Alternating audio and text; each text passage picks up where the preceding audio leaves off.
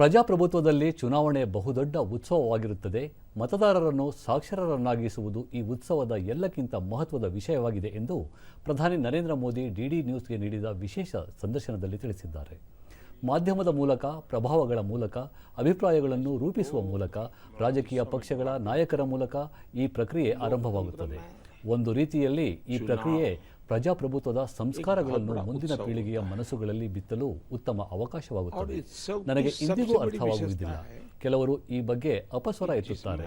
ಮಕ್ಕಳು ಏಕೆ ಚುನಾವಣಾ ಕಾರ್ಯಕ್ರಮಗಳಿಗೆ ಆಗಮಿಸುತ್ತಾರೆ, ಅವರು ಬರುವುದು ಸರಿಯಲ್ಲ ಎನ್ನುವ ರೀತಿ ಮಾತನಾಡುತ್ತಾರೆ.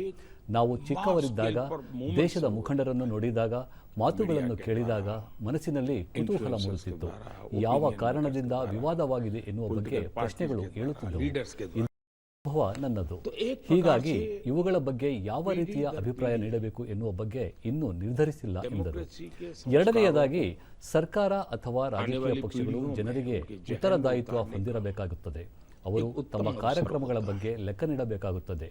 ಚುನಾವಣೆಯನ್ನು ಅವರು ಯಾವುದೇ ರೀತಿ ಎದುರಿಸಿದರೂ ಅದು ಅವರಿಗೆ ಸಂಬಂಧಿಸಿದೆ. ಮತ್ತೊಂದು ಸಂಗತಿ ಎಂದರೆ, ಭವಿಷ್ಯದಲ್ಲಿ ಅವರು ಏನು ಕೆಲಸ ಮಾಡುತ್ತಾರೆ, ಯಾವ ರೀತಿ ಮಾಡುತ್ತಾರೆ, ಯಾರಿಗಾಗಿ ಮಾಡುತ್ತಾರೆ, ಎಲ್ಲಿಯವರೆಗೆ ಮಾಡುತ್ತಾರೆ, ಈ ಕಾರ್ಯ ಮಾಡಲು ಅವರ ಬಳಿ ಯಾವ ಮಾರ್ಗಸೂಚಿ ಇದೆ, ಸಂಪನ್ಮೂಲಗಳಿವೆ, ಯಾವ ರೀತಿಯ ವ್ಯವಸ್ಥೆ ಇದೆ ಎನ್ನುವ ಎಲ್ಲ ವಿಚಾರಗಳನ್ನು ಅವರು ದೇಶದ ಎದುರು ಇಡಬೇಕಾಗುತ್ತದೆ.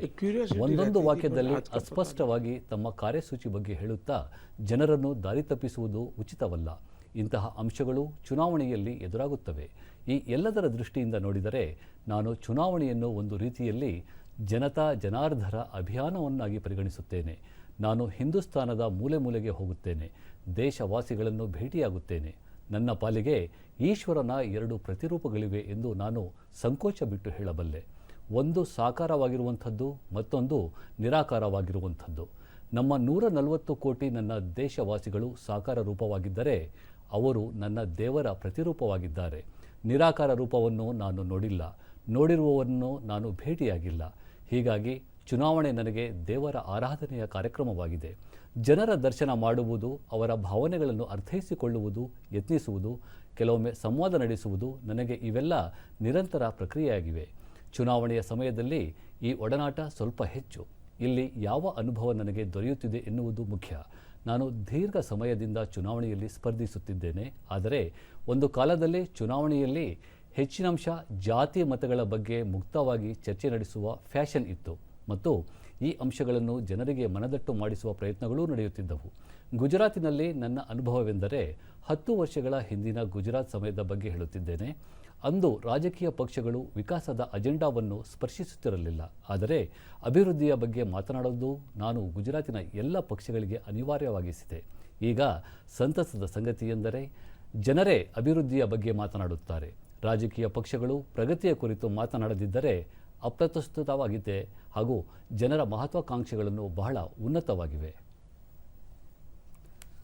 वो न मैंने देखा है, न कोई किसी ने देखा, उसको मैं मिला हूं।